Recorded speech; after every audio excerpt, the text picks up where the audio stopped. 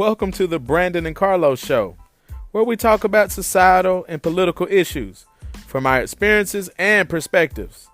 We do this having fun along the way. Who's been listening and been supporting, we appreciate it so much. We really do. And with this, what we're trying to do is we're trying to just really give you our opinions. Trying to give you our opinions on what we feel is near and dear to us, and what we've experienced, what we've seen, and go from there. So I'm gonna kick it over to Brandon. Brandon, like, we talked about dating, we talked about a variety of different topics. From our last show, what really stuck out to you that you want to elaborate on? Well, when I listened to it, I listened to it several times, which I'm sure you did too. Mm-hmm.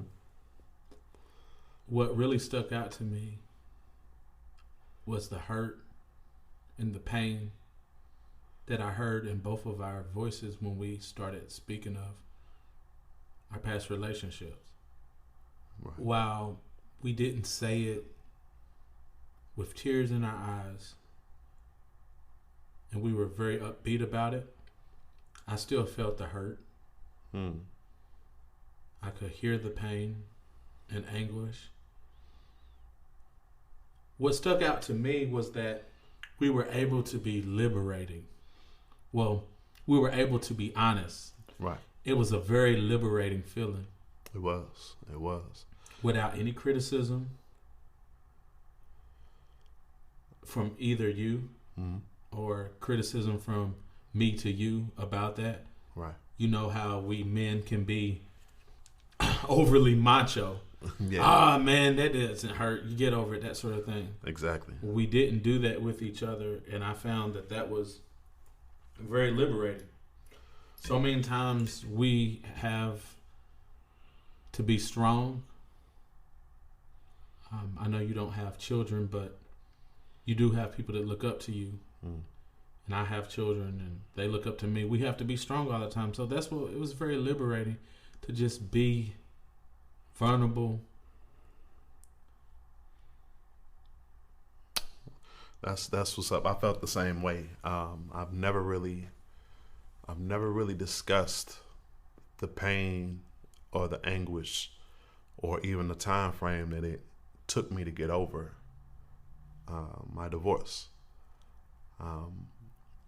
I'll tell you what, though, one of the things that I've learned, it's definitely two people. It takes two people to make a marriage work. And although I know that I played my part in the marriage, if I had something to do over in my marriage, it would be communicate more openly with my now ex-wife. One of the things that I was feeling at the time was I was feeling depressed because I was working a job that took me away from everything that I ever knew. It took me away from church. It took me away from my family. It took me away from everything that meant something to me. And then along the way, as I was trying to obtain my CDL, I took the test 4 times and I failed. And on the 5th time, they told me that if I would have failed this test again, that I would go from making a certain amount of money to way lesser. Like, it was like a $5 an hour decrease. And I was already paying the majority of the bills. I was paying 95% of the bills. So I was really I felt like I felt less than adequate, because I was like, man, if I fail again, I'm going to let my family down. And I don't know if people really understand that feeling of letting the most important people down in your life. It is heartbreaking. It is nerve-wracking. And it's downright irritating, especially if you've never failed on that level before, which I hadn't.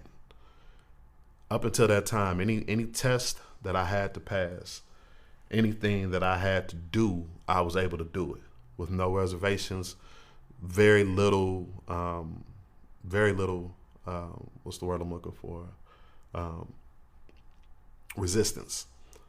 And for the first time ever in my life, I had to really deal with failure. Failing a test 4 times, knowing that if I failed again, that was all. Everything that I was really working toward and spent the last year to get to, all the obstacles and everything, that was it. I was going to let my family down, and it was going to really change our living arrangements. So needless to say, I ended up passing on the 5th time. And it was such a relief. And also around that time, one of my good friends passed away. We were basically born together. We were born in the same church, my grandparents' church in Indianapolis, and we were 6 weeks apart. And he passed away from a aneurysm in his sleep. And we had just caught up with each other after years of not really talking. And he was so happy where he was. He had just gotten married to the love of his life. I was at the wedding, and we were about to kick it and hang out and really reconnect. And then the next thing I know, I get a phone call, and he passes away in his sleep. And it broke me down. Like I shed tears for like days, because just the whole heaviness of the situation I was in. My marriage had begun to, I just found out that she had in fact cheated. I was struggling with not being in church. I was struggling around not being around my family. Then he passes away, and it was just a really dark time. It was a really dark time. So I had never really talked about that with really anybody, and to bring that back out really was liberating, and I don't have to suppress that. I can now talk about it, and I hope me talking about it allows for other men to be able to unpack their feelings, because we're never going to be able to move forward unless we confront and deal with what we have going on, because I don't want to take that into my next relationship. As I told you last podcast, I want to be able to love freely with no reservations. I want to be able to give the next person who I fall in love with all of me. Good, bad, flaws. I don't want to have to walk on eggshells to tell you how I'm feeling. I don't want to have to walk on eggshells or be circumspect if I'm really having a tough day or I feel less than because I failed. I don't want to be looked at as like you're less than a man because you failed, even though I busted my tail and I've been busting my tail, because that's a very real feeling, and it's a very nasty feeling if you go to work every day, work hard, pay bills, do what you're supposed to do as a man, and you come home and there's no support. That's tough, and I've been there. And it's not a good feeling. It's not. So I appreciate you guys for listening. But that's where I'm at, and that's why this topic is really important to me, about sharing my, I guess for lack of a better word, testimony and what I've been through, hoping that it will help other people, other men especially, and help women understand the thought process of a man and what we truly go through, the mental anguish that we truly go through.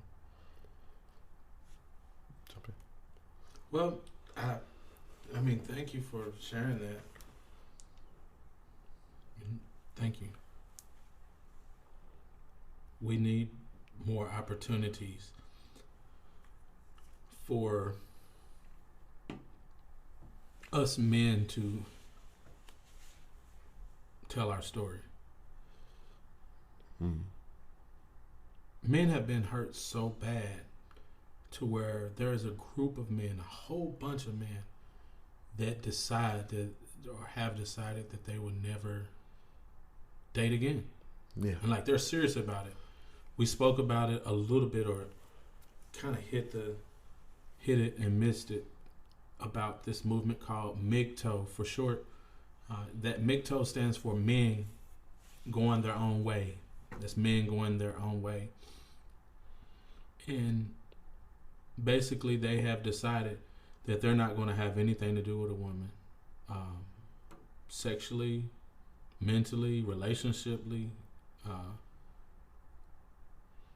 I don't believe that they have excommunicated women from business arena. Obviously, I don't think anyone would be able to do that. Right. But that's a pretty depressing place to be, to where you say you never want to be with a woman again.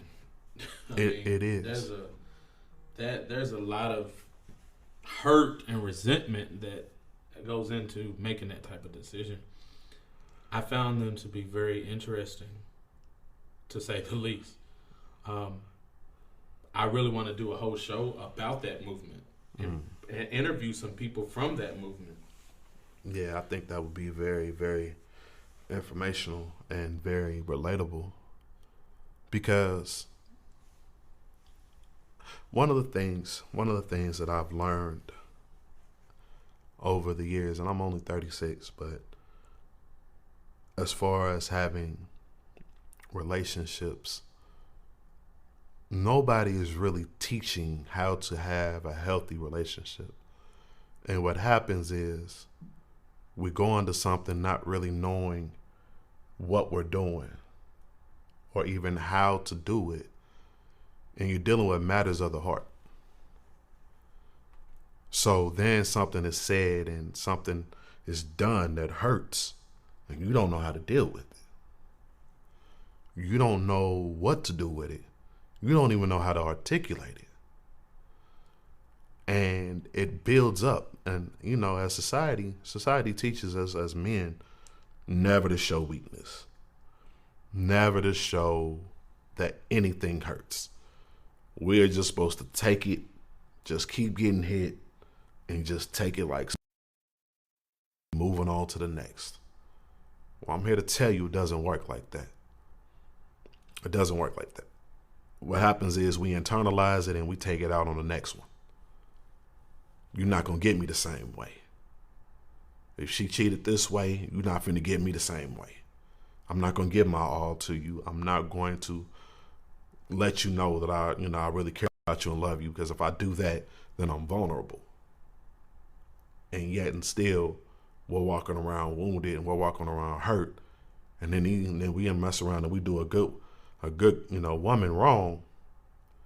And they walk around with the hurts and the pains, and we're just taking turns hurting each other. It's a nasty cycle. And we got to be real with ourselves. Like, at what point are we going to look ourselves in the mirror and deal with the pain and the anguish that we are feeling? And that's what this last year and a half has been about for me.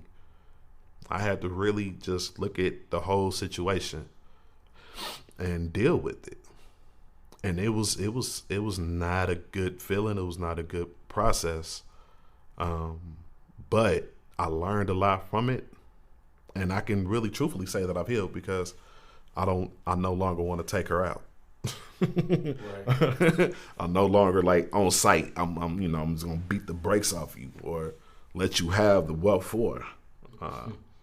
So I know that I've healed. I know that I'm in a place where I can now move forward. I actually pray for her. I actually pray for her and her daughter. Her daughter's still my baby. That's always gonna be my baby. She's not my stepdaughter. That's my baby. And it hurts me that I can't have that relationship like I'd like to have. That hurts. And I can remember when I found out, it was the very beginning of the year. It was 2017. It was New Year's Day when I found out, really for real, what had happened. And I had to really get away. I took like 2 or 3 days just by myself in just a dark room. And really, I didn't cry over the fact that, she cheated. I cried after I had conversations with God, because at that particular time, I was far away from God. I just, there was no communication between me and God. And God just let me know that what she did to you, you've pretty much done to me.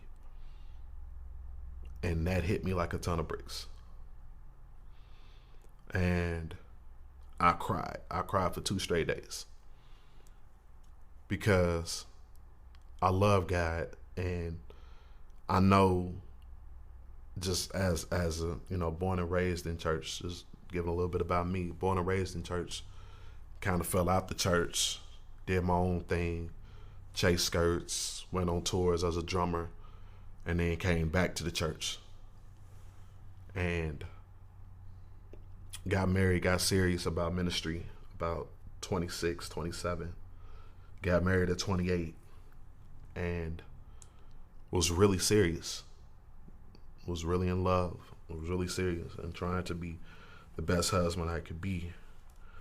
And to know that I had gotten to that point, that everything had gotten to me so bad that I was far away from God. That was the farthest I'd ever been away from God. And I realized when he said that that's what had happened. And what she did to me, I was doing to him. And that broke me. That broke me. That broke me to a place of repentance. It brought me to a place of really realigning myself and refocusing on my purpose. And that right there allowed me to try, instead of just trying to end my marriage, to try to make my marriage work. I figured if there was ever going to be something I'm going to fight for, wouldn't my marriage be the main thing? Right.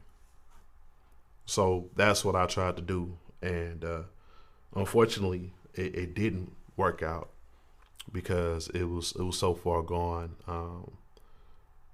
And no, she made her decision. And it was 7 months trying to make it work, and then it just got to the point where I just couldn't take it anymore. I just realized I can't love for 2. So I went ahead and filed for the divorce. I filed for it. And the last time I talked to her was July 3rd, 2017. I had no communication with her after that. I completely cut her off and didn't say anything to her. And a lot of people have, a few people have asked me about that. Why didn't I say anything to her? And really, the answer is twofold. I didn't really have anything to say to her. And I really didn't have anything positive to say to her. The only thing that would have happened was it would have been a ugly situation. I probably would have ended up in jail, or somebody would have ended up hurt or possibly dead. So I decided that it was just best for me to not really say anything and just let my actions speak louder than my words. And so I went ahead and filed for the divorce. It took me a couple months to get that all together, and then the divorce was final in October, early November. Matter of fact, around my birthday. I didn't celebrate it, but I was kind of thrilled that, I was off that roller coaster. So, and just like I said, this last year has been really just a refinding Los. Just trying to reestablish who I am, reestablish my purpose, reestablish my hopes, goals, and dreams. And they led me down here to Pensacola. So here I am. And I met some great people along the way. I met my co-host, Brandon. I appreciate you for being in my life, man, because you've really helped me tremendously trying to reestablish my life. And after I hit the reset button, I appreciate you. You're welcome. Appreciate you. So I'm glad to be able to have this platform in which to talk about our journeys, our truths, or just who we are, so to speak. So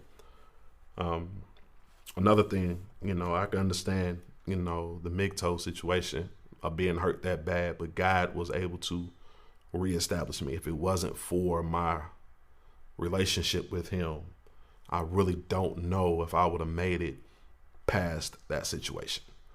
So, I completely understand the hurt. Now, I love women too much to ever allow that to be, I'm never going to deal with women again, but I get it. That hurt it hurts, and sometimes it's unbearable. And sometimes it allows you, if you don't have a relationship with God, it allows you to make irrational decisions and even make whole movements on that. So, but yeah, I can't wait to really be able to interview somebody from that movement to see, exactly where they are.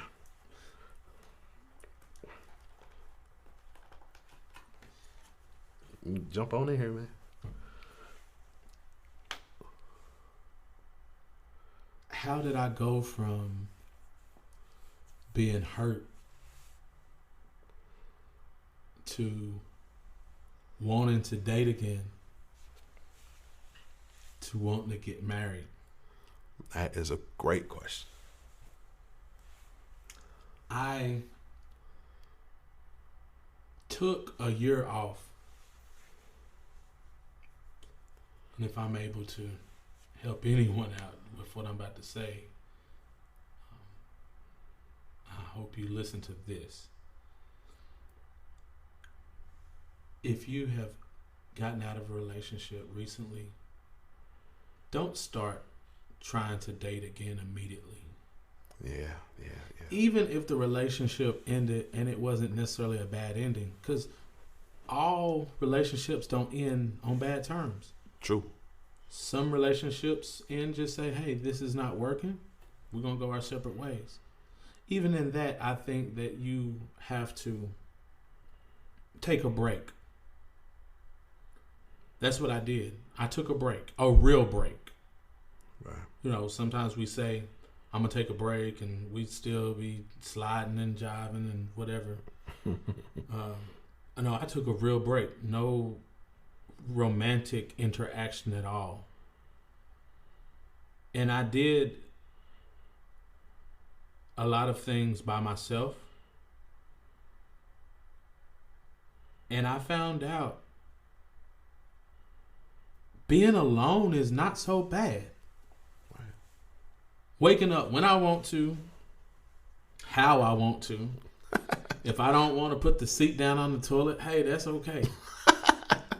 Right. Right. If all I got in my refrigerator is leftover pizza and an open can of pineapples, that's okay. And some bread that's moldy, and that's okay. It's mine. And that's liberating in and of itself, is learning how to be alone. Exactly. And you know what? And just to interject right quick, that is one of the most important things that we can learn to do. Because if you are not okay with yourself going into the relationship, you're not gonna the relationship's gonna fail off top because you ain't ready. Go ahead, bro. I'm sorry. I was alone. I enjoyed it. I went to the movies alone. I went to the club alone. You was over there dating yourself, huh? I had a good time. Now, I had to struggle with alcoholism, which is a whole nother subject that we're definitely going to dive into. I do want to share my story about that because I believe it'll help someone. Heck, it even helps me to just admit it and speak it.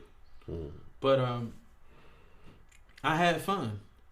And I'm not going to lie, I enjoyed it. I mean, I enjoyed it. I went fishing by myself. What else did I do? I went out to eat by myself. I went to the casino by myself. I mean, I was having a ball. And then I was playing. I'm a musician. And I was playing at this... I was playing for a special program for another church that's not my own church. I'm a musician at my church, but someone hired me to play for a special program, and we had choir practice. And I saw this woman. She was light skinned. She had short hair. She had eyes that reminded me of Bambi. Them doe eyes will get you, bro. And she had to lead a song. And of course that meant I had to work with her because they hired me to be the musician. And the person who hired me, I asked him, I said, hey, Doc. After the fact, I said, hey, Doc, who was that woman that sang that song? Because there was a couple of women that led songs for that program. And he said, which one? And he described different ones. And I said, no, that's not her. He described another. No, that's not her. Then described this other one. I said, that's her. What's her name? And he said, Karen. He said, why are you interested in her? I said, yeah, there's something special about her. I'd like to take her out. And the first thing he told me was, well, and I thought it was quite funny looking back on it. He said, you got to come correct with her. You can't take her to a buffet to go out to eat.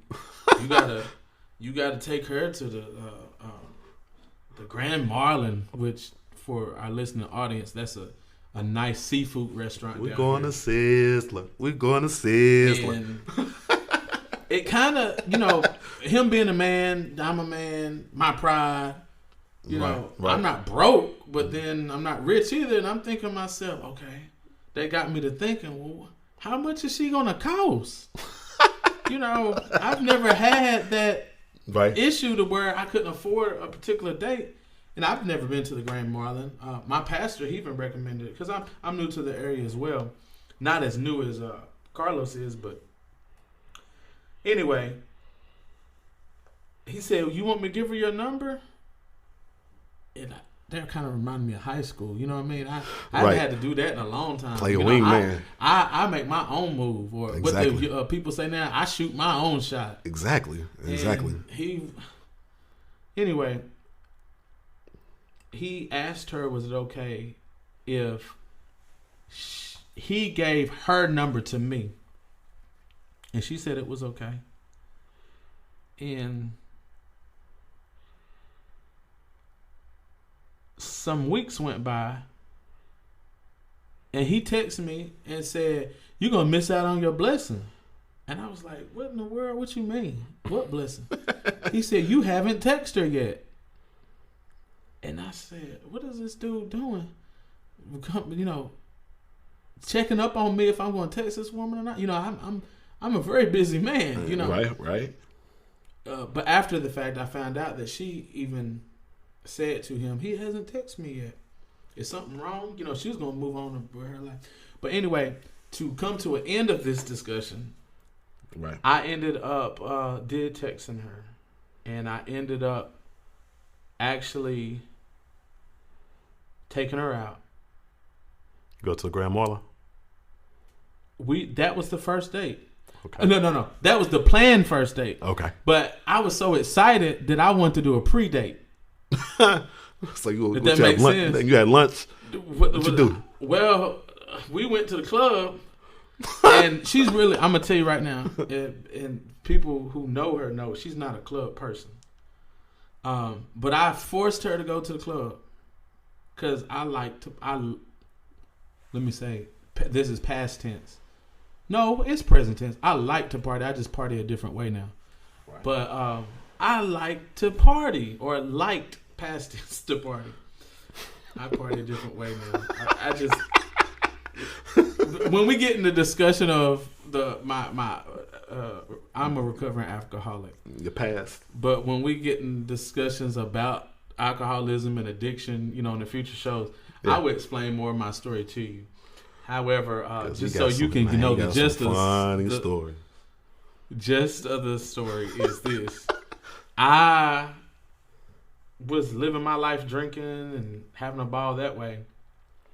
And this woman right here, no woman, not including my mother, has been able to get through my thick skull to stop drinking. And I'm not necessarily going to say it was all on Karen, because obviously if I didn't want to drink, I wouldn't have. Right. But God She was a muse. used She was your Karen muse. as a way of getting me to drink, and I haven't drunk, and I'm living a sober life, and I love it. But and that in and of itself said, this is the one. So like what like, okay, she caused you to stop drinking or helped. Well, she helped. Right. She helped, because even right now, if I want to drink, I will. Right. True. It's a decision. But she helped in that decision. Mm-hmm. She caused me to think. And then I found that I loved her so much that I didn't want to lose her. And this is deep to me. Mm-hmm. Everyone else I was with, I chose the bottle Over them. over them. Mm. The bottle was more worth it than them. Mm. But Karen was worth more than the bottle. And that's what caused me. Well, let's elaborate. What made her worth more than the bottle? What were the attributes that she brought to the table that you just cannot live without? She support every aspect of my dreams. I am a Gemini who has ADD and am all over the place. But we'll get more into that. Our time has expired. Thank you all for tuning in again. Thank you for listening. These are the outtakes of our, or I won't even say outtakes. This is kind of Extended conversation. extended conversation of Carlos and I in the last episode, which was our first episode. We've learned a lot from that, and we hope that even in this interlude into our next episode, you all can see our growth that quick. We appreciate y'all, and we'll see you next time. We out here.